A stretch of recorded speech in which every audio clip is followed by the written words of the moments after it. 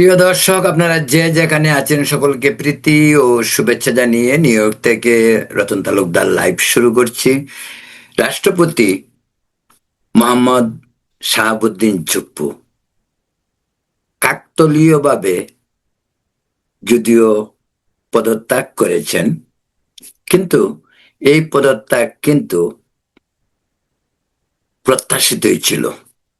ঘটনাটি হয়তো আরো আগেই ঘটত। ডক্টর ইউনূস সরকারের শপথ নেওয়ার পর তারাই হয়তো রাষ্ট্রপতিকে পদত্যাগে বাধ্য করতেন, কিন্তু তখন সম্ভব হয়নি একমাত্র কারণ বিএনপির সায় ছিল না। বিএনপি সাংবিধানিক ধারাবাহিকতা রক্ষার জন্য সবসময় রাষ্ট্রপতিকে রাষ্ট্রপতির পদে রাখার পক্ষেই বক্তব্য রেখেছেন। কিন্তু এখন কি হলো আবার হঠাৎ করে? বিষয়টি হঠাৎ করেও নয়, বিষয়টি ঘটবে, কিন্তু একেবারে হঠাৎ এই কারণেই যে লন্ডন থেকে চিকিৎসা শেষে দেশে ফেরার পরপরেই তাকে সরে পড়তে হবে, সেটা রাষ্ট্রপতি নিজেও হয়তো ভাবেননি। যদিও রাষ্ট্রপতি নিজে নির্বাচনের পরপর, আপনাদের নিশ্চয়ই মনে আছে, জাতীয় দৈনিক কালের কণ্ঠে দেয়া সাক্ষাৎকারে তিনি বলেছিলেন যে তিনি আর দায়িত্বে থাকতে চান না।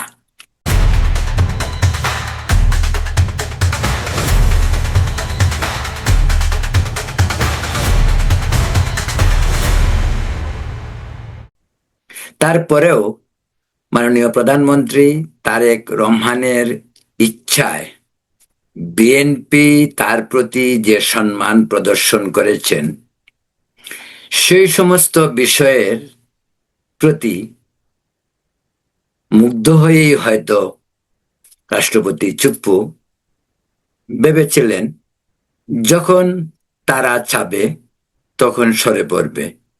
আজকে যতদিন তিনি বিএনপি চাইবে ততদিন থাকতে অসুবিধা কি? তিনি তো অনেক দুঃসময় পেরিয়ে এসেছেন। ইউনূস তো তাকে কম ভুগায়নি। নিজদের স্বার্থ হাসিলের পরেই বিএনপি, এনসিপি, জামাত কিন্তু উঠে পড়ে লেগেছিল রাষ্ট্রপতিকে সরিয়ে ফেলার জন্য। যাই হোক, তখন সেটি সম্ভব হয়নি। কিন্তু কেন, এ নিয়েই আজ কথা বলবো। প্রিয় দর্শক, আপনারা নিউ ইয়র্ক থেকে রতন তালুকদার লাইভ দেখছেন।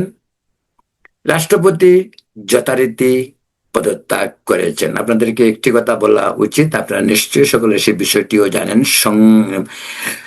যে ধরনের সরকার আমাদের দেশে পরিচালিত হচ্ছে, সেটি হলো সংসদীয় পদ্ধতির সরকার। সেই সংসদীয় পদ্ধতির সরকারে যে দল সংখ্যাগরিষ্ঠ আসনে নির্বাচনে জিতে সরকার গঠন করে, সেই দলের যিনি নেতা হন তিনি হন প্রধানমন্ত্রী, এবং সেই রাষ্ট্রের নির্বাহী ক্ষমতার অধিকারী হন প্রধানমন্ত্রী।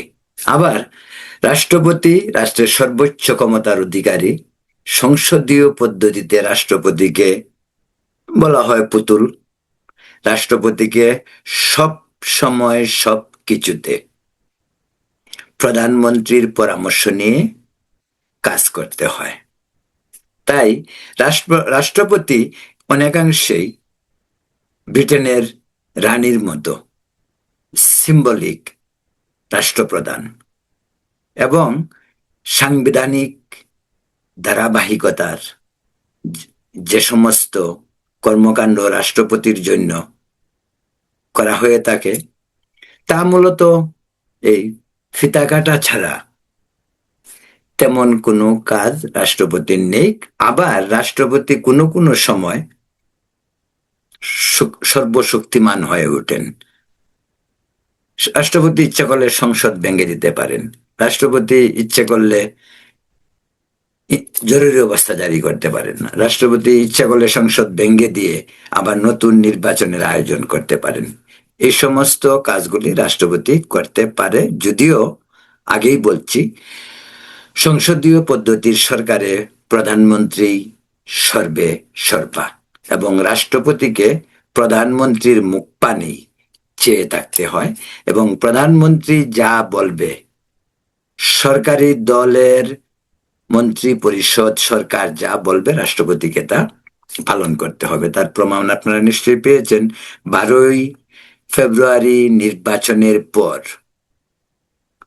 প্রথম সংসদের যে অধিবেশন বসে সেখানে প্রথা অনুযায়ী রাষ্ট্রপতিকে বক্তব্য দিতে হয় এবং রাষ্ট্রপতি তখন বক্তব্য বা ভাষণ দেন।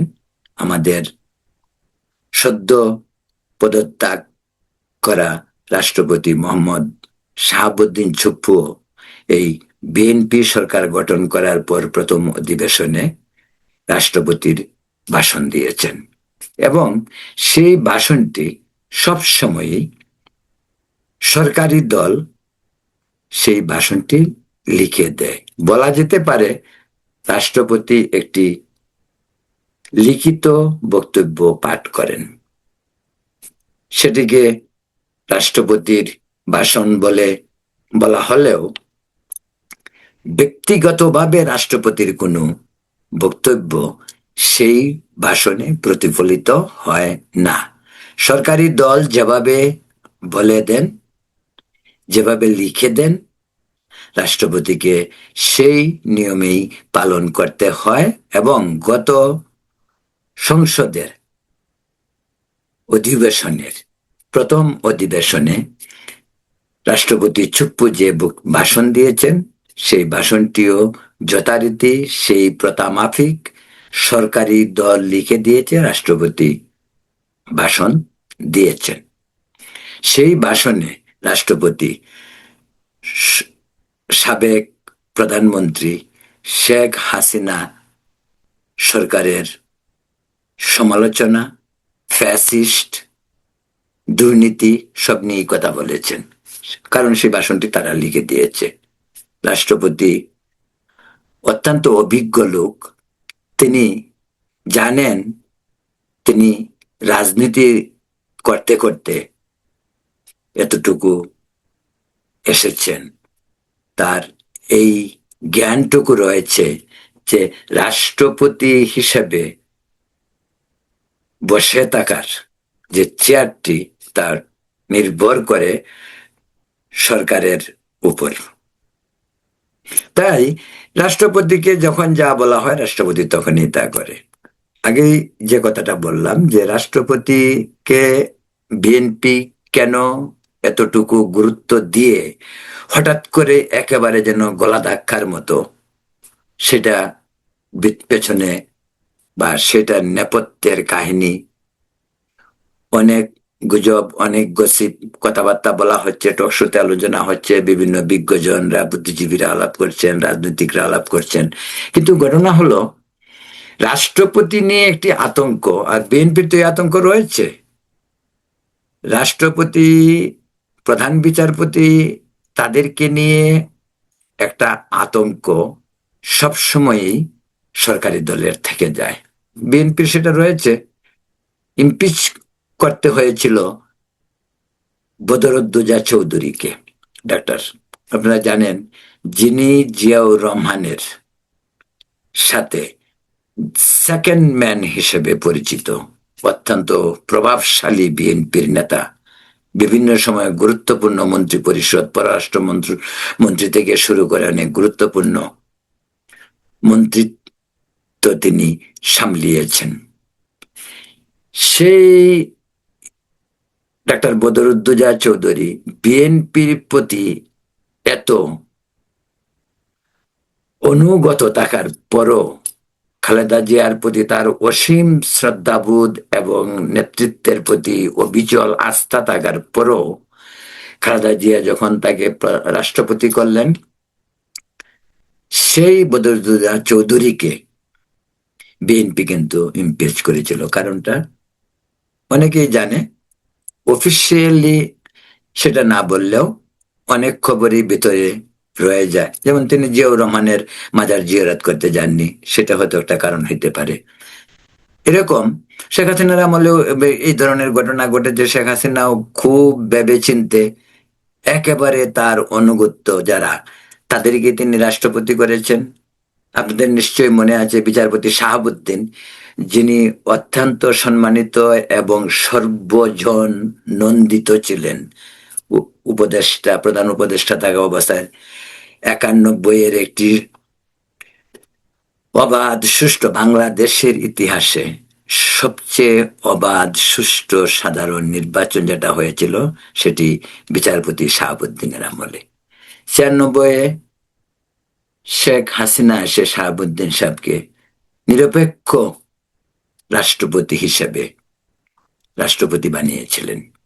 এবং তার সঙ্গে কিন্তু শেষ পর্যন্ত শেখ হাসিনার সম্পর্কটি মধুর ছিল না বিভিন্ন কারণে। তিনি তার পুরা 5 বছর পূর্ণ করেছেন ঠিকই, কিন্তু যে আওয়ামী লীগ অত্যন্ত উৎসাহ, আত্মবিশ্বাস এবং একটি চমক এর জন্য শাহাবুদ্দিন সাহেবকে রাষ্ট্রপতি করেছিলেন, সেই রাষ্ট্রপতি এবং প্রধানমন্ত্রীর সাথে সম্পর্ক ছিল শেষ পর্যায়ে অবনতির দিকে। যাই হোক, সেটা প্রসঙ্গ না, এই জন্য বললাম। যেমন বিচারপতির কথা বলছিলাম, বিচারপতি এস.কে. সিনহাকে সুরেন্দ্র কুমার সিনহা প্রধান বিচারপতি হয়েছিলেন। আবার কোন রহস্যের কারণে, আপনারা হয়তো অনেকে জানেন, পত্রপত্রিকা এগুলি এসেছে, মানুষ অনেকে এগুলি নিয়ে আলোচনা করেছে, শেখ হাসিনার এক ভয় ঢুকেছিল প্রধান বিচারপতিও কিন্তু রাষ্ট্র ব্যবস্থায় হস্তক্ষেপ করতে পারে বিভিন্ন ইস্যুতে। তিনি পাকিস্তানের বিচারপতির উদাহরণ টেনে এমন কিছু আপত্তিকর কথা বলেছিলেন, যার কারণে এস.কে. সিনহাকে গলা ধাক্কা দিয়ে বের করা হয়েছে। এটা বোধহয় বাংলাদেশের ইতিহাসে একটি জঘন্যতম ঘটনা, একজন বিচারপতিকে দেশ থেকে বের করে দেওয়া। এবং তিনি ছিলেন একমাত্র ধর্মীয় সংখ্যালঘু সম্প্রদায়ের বিচারপতি, এবং শেখ হাসিনা নিজে করেছেন। অনেক কথিত আছে, অনেকেই বলে যে শেখ হাসিনা তাকে করেছিলেন তার পছন্দ মতো ব্যক্তিদেরকে ফাঁসিতে ঝুলানোর জন্য। কারণ বাংলাদেশে এমন রেকর্ড রয়েছে, বিচারপতিরা ফাঁসির আদেশ দিতে গিয়ে বিব্রত বোধ করতেন। তাই শেখ হাসিনা সরকার তখন রিস্ক নিতে চায়নি। তারা চায়নি আবার কোন রাষ্ট্রপতি ফাঁসির আদেশ দিতে গিয়ে যেন বিব্রত বোধ না করে। তাই সুরেন্দ্র কুমার সিনহা, তিনি হয়তো জুৎসই প্রার্থী ছিলেন আওয়ামী লীগের জন্য, শেখ হাসিনার জন্য। যাই হোক, সেটা বলছি না। তো এখন বলা যেতে পারে চুপ্পু তো গেল, পরবর্তী থেকে বিস্তর আলোচনা হচ্ছে। এখন পর্যন্ত আমরা যে কতগুলি নাম এসেছে আপনারা জানেন। একটি বিষয় বলা খুব প্রয়োজন, বাংলাদেশে সেই বিষয়টি সবসময় ধারাবাহিকভাবেই এসেছে। রাষ্ট্রপতি নিয়োগে সরকারি দলকে কোনো সময় কোনো নিরপেক্ষ ব্যক্তিকে খুঁজে বের করে আনতে হবে, তার জন্য বাধ্যবাধকতা নেই। সাধারণত দলের প্রবীণ নেতৃত্বকেই রাষ্ট্রপতি হিসাবে নিয়োগ দেওয়া হয়। সেটা বঙ্গবন্ধুর আমলে হয়েছে, সেটি খালেদা জিয়ার আমলেও হয়েছে, সেটি শেখ হাসিনার আমলেও আগেও হয়েছে, পরেও হয়েছে। 96-এ একমাত্র ব্যতিক্রম ছিল, তিনি বিচারপতি শাহাবুদ্দিন আহমেদ আওয়ামী বলয়ের বাইরে ছিলেন, আওয়ামী রাজনীতি থেকে দূরে ছিলেন। বলা যেতে পারে তিনি বোধহয় বাংলাদেশের ইতিহাসে প্রথম এবং শেষ রাষ্ট্রপতি যার কোনো রাজনৈতিক পরিচয় ছিল না। প্রকৃত অর্থে যদি নিরপেক্ষ বলা যায় তাহলে বিচারপতি শাহাবুদ্দিন আহমেদকেই একমাত্র নিরপেক্ষ বিচারপতি বলা যেতে পারে। খালেদা জিয়া কিন্তু অধ্যাপক প্রফেসর ঢাকা বিশ্ববিদ্যালয়ের ইয়াজউদ্দিন আহমেদকেও করেছিলেন, কিন্তু ইয়াজউদ্দিন আহমেদ আগাগোড়াই বিএনপি পন্থী বুদ্ধিজীবী বলেন, পরামর্শদাতা বলেন, উপদেষ্টা বলেন, তিনি কিন্তু আগাগোড়াই বিএনপি মাইন্ডেড ছিল, তাই তাকে নিরপেক্ষ বলা যাবে না। কিন্তু এখানে একটি কথা, সেটি হলো যাকেই রাষ্ট্রপতি করা হয়, হাইপোথেটিক্যালি যদি এরকম ভাবে বলা হয় যে গুরুতর আওয়ামী লীগ বা গুরুতর বিএনপি কাউকে রাষ্ট্রপতি করলো, বিএনপি এবং আওয়ামী লীগ, কিন্তু রাষ্ট্রপতি কিন্তু নিরপেক্ষ ভূমিকায় থাকে, কিন্তু রাষ্ট্রপতি কিন্তু নিরপেক্ষ থাকে না। রাষ্ট্রপতি পদটি একটি প্রাতিষ্ঠানিক পদ, একটি ইনস্টিটিউট। সেটা সংবিধানে রাষ্ট্রপতিকে নিরপেক্ষ ভূমিকায় থাকতে হয়, কারণ রাষ্ট্রপতি সংবিধান, সার্বভৌমত্ব, রাষ্ট্রের সর্বময় ক্ষমতার অধিকারী তিনি, তাই তাকে অন্তত নিরপেক্ষ ভূমিকায় অভিনয়টুকু করতে হয়, এবং সেটি হয়েছে। আর যারা করতে পারেনি তাদেরকে চলে যেতে হয়েছে, ভবিষ্যতে যারা করতে পারবে না তারাও চলে যাবে, তেমন ভাবেই এটাই হয়। এটাই দলীয় রাজনীতির, অন্য অর্থে দলীয় রাজনীতিক দ্বারা নিয়ন্ত্রিত সংসদ এবং সরকার সেই কাজটি করতে পারে। তো পরবর্তী রাষ্ট্রপতি কে হচ্ছেন, বহুদিন ধরেই কথাবার্তা হচ্ছে। বিএনপির 4 জনের নাম সবসময় বলা হচ্ছে। খন্দকার মোশাররফ হোসেন সাহেব বিএনপির মোস্ট সিনিয়র বিদগ্ধ রাজনৈতিকবিদ, মির্জা ফখরুল ইসলাম আলমগীর, ডক্টর মঈন খান বা নজরুল ইসলাম, তারা সবাই কিন্তু বয়স্ক বিজ্ঞ রাজনীতিবিদ, দীর্ঘদিনের রাজনীতির অভিজ্ঞতা, দীর্ঘদিন বিএনপির পতাকা তলে যাদের ত্যাগ, তারা ডিজার্ভ করতে পারে, তাদের মধ্যে একজন হইতেই পারে। সেটা বাইরে থেকে এর বিরুদ্ধে কেউ কিছু বলবে না, আর বললেও কিছু আসে যায় না, কারণ বিএনপি যদি মনে করে তাদের সিনিয়র কোনো নেতাকে রাষ্ট্রপতি করবে, করতেই পারে। কিন্তু আরো কিছু নাম বেরিয়ে আসছে নিরপেক্ষতার নাম নিয়ে, কিছু কিছু নাম সাবেক বিচারপতির নামও শোনা যাচ্ছে, আলোচিত হচ্ছে। আইরিন জুবায়েদা খান, তিনি অ্যামনেস্টি ইন্টারন্যাশনালের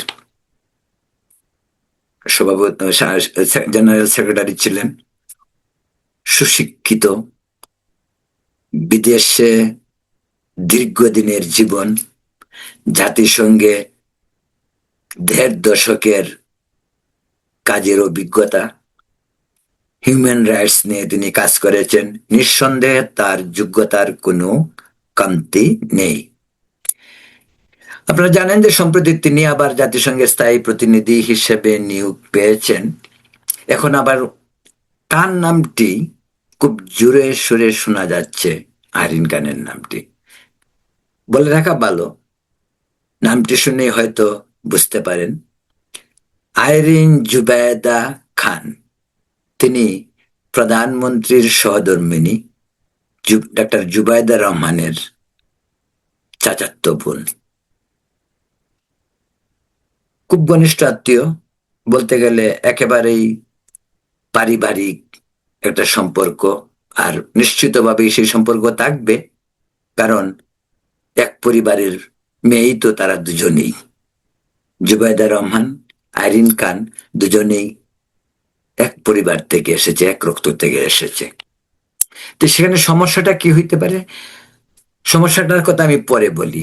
আমি দ্বিতীয় আরেকটি বিষয় বলতে চাই, সেটি হলো যে ডক্টর ইউনূসের অসহনীয় যে 18 মাসের শাসন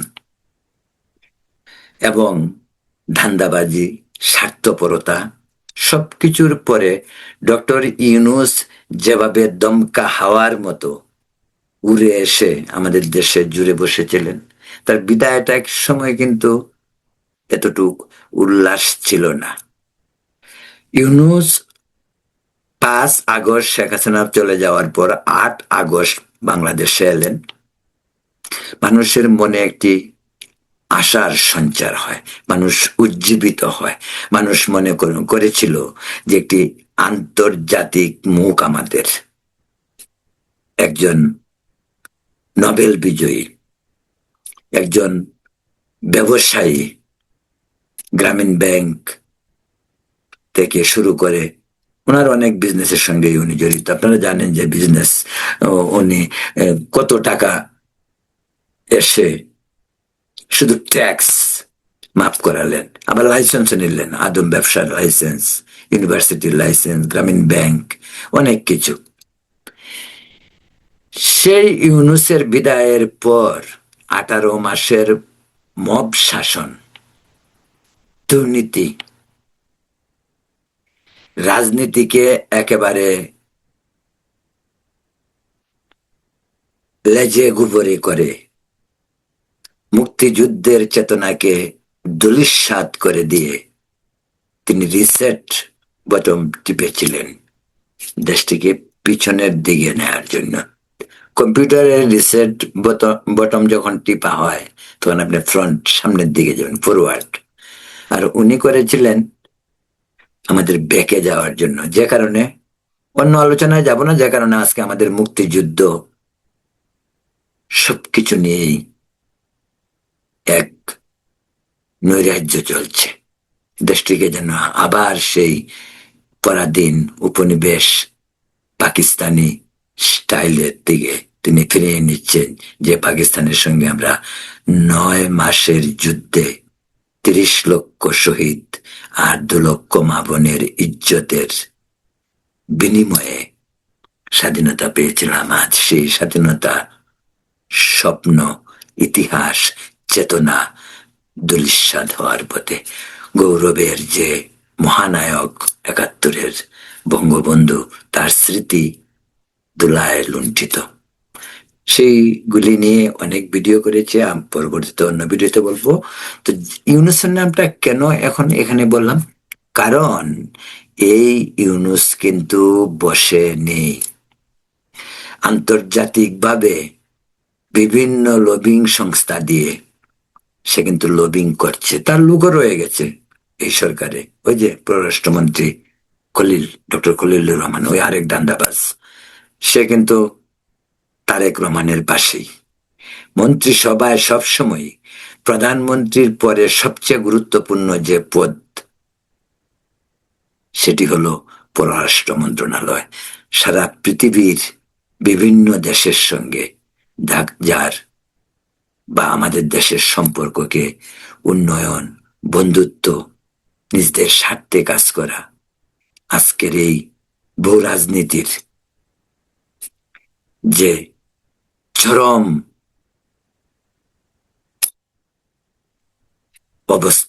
অবস্থার অর্থ কতগুলি যুদ্ধ এখন চলছে, প্যালেস্টাইন, তারপর ইসরায়েলের যুদ্ধ শেষ হলো, তারপরে ইরান, আমেরিকা, ইসরায়েল যুদ্ধ থামে, আবার শুরু হয়, আবার থামে, আবার শুরু হয়।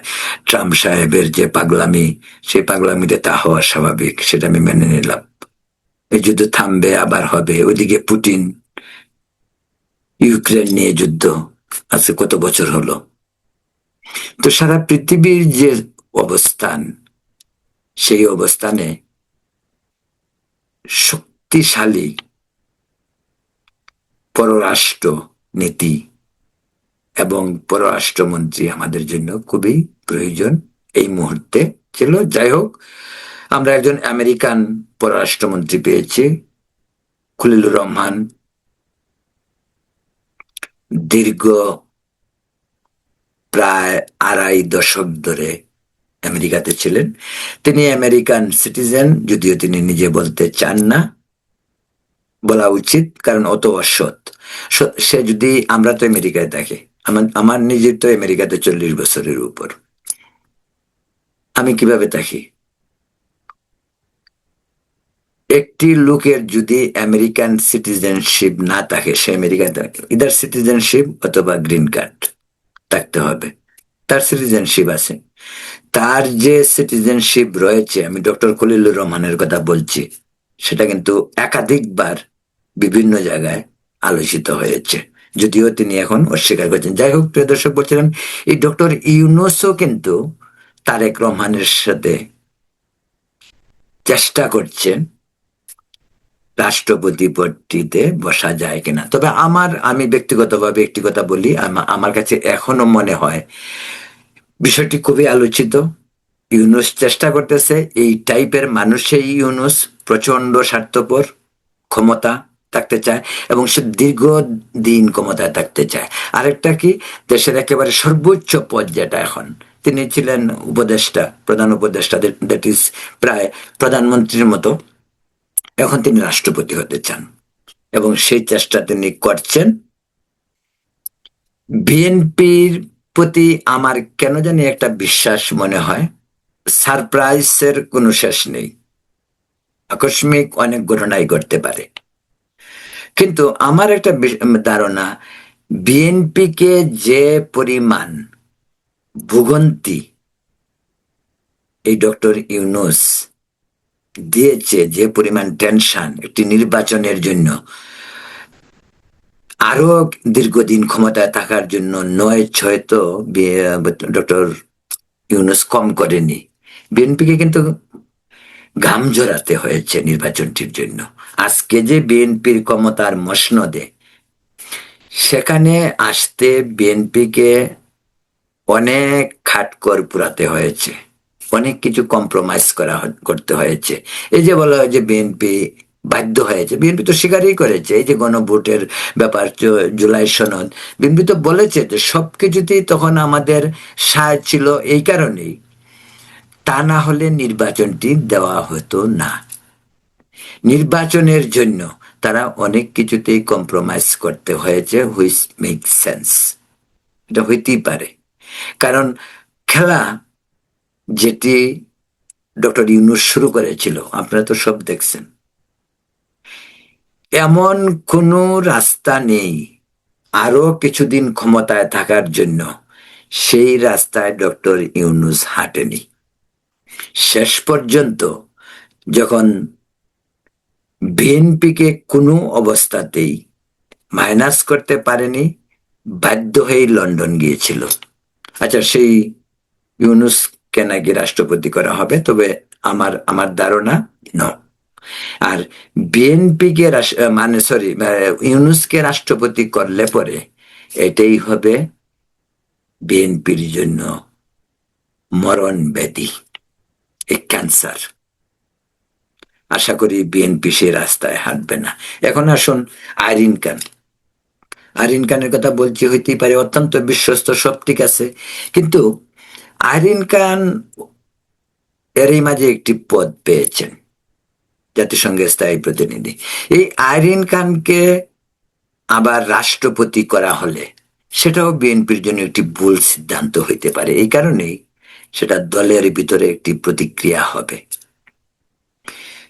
বিএনপির সিনিয়র নেতারা দীর্ঘদিন ধরে ঝড় বৃষ্টি বাদল উপেক্ষা করে, জেল কেটে, রাস্তায় আন্দোলন করে, তারা বিএনপির পতাকাই ধরে রেখেছিল। তাদেরকে ইগনোর করে আরেকজন আইরিন খানকে, তিনি বিদেশি, যতই প্রায় এক পরিবারেরই হোক, তবু তো তিনি বিদেশি, দীর্ঘদিন বিদেশে, দীর্ঘদিন লন্ডন, নিউ ইয়র্ক, এমন আর পড়াশোনাও নিউ ইয়র্ক ও ইয়েতে, বস্টনে, লন্ডনে। আমি আগেই বলছি, অত্যন্ত যোগ্য ব্যক্তি তিনি। এ ব্যাপারে কোনো ধরনের সন্দেহ নেই। তবু তবু কেন বলছি আরিন খানের নিয়োগ রাষ্ট্রপতি হিসাবে, এটা বিএনপির দলের ভিতরেই বুমেরাং হতে পারে। তাই বিএনপি সেই পথে হাঁটবে না বলে আমার বিশ্বাস। আর সেটা বিএনপির ব্যাপার, বিএনপি যা করবে তার সম্পূর্ণ তাদের উপরে নির্ভর করে। তবে আমি ব্যক্তিগতভাবে আমার টোটাল আমার মত, নিজের মতের কথা বলছি যে বিএনপিকে দলের সিনিয়র নেতৃত্বের মাঝ থেকে কাউকে রাষ্ট্রপতি হিসাবে মনোনীত করা উচিত। সে ব্যক্তি কে হইতে পারে? আগেই তো 4 জনের নাম বললাম। তা আমাকে যদি কেউ চয়েস দেওয়া হয়, আমাকে যদি বলা হয় যে আপনি কাকে পছন্দ করেন, নিঃসন্দেহে মির্জা ফখরুল ইসলাম আলমগীর অত্যন্ত ত্যাগী, দীর্ঘদিন ধরে মহাসচিব। তারপরেও আমি বলবো ডক্টর খন্দকার মোশাররফ, তিনি বার্ধক্য বেশ খাবু।